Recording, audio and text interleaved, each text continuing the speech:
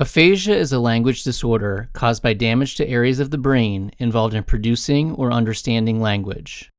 It most often occurs after stroke, especially when the language-dominant cerebral hemisphere is affected, which for most people is the left cerebral hemisphere. Aphasia can affect language comprehension, speaking, reading, and writing.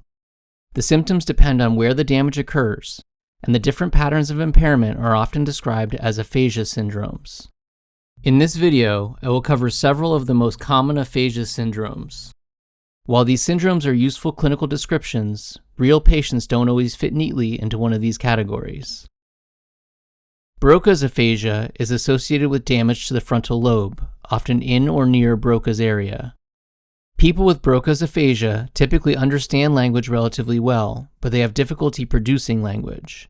Their speech is often slow, effortful, and limited to single words or short phrases. Wernicke's aphasia is typically linked to damage in the temporal lobe, often involving Wernicke's area. In this syndrome, speech production remains fluent, but it may contain incorrect, confusing, or nonsensical words and phrases. People with Wernicke's aphasia also often have difficulty understanding language. Conduction aphasia is characterized by relatively fluent speech and fairly good comprehension, with a particular difficulty repeating words or phrases. It has classically been associated with damage to pathways connecting frontal and temporal language regions, especially a pathway called the arcuate fasciculus, although actual lesions can involve nearby language regions as well.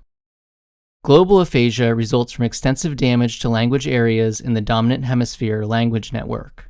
It is linked to severe impairments in both speech production and language comprehension.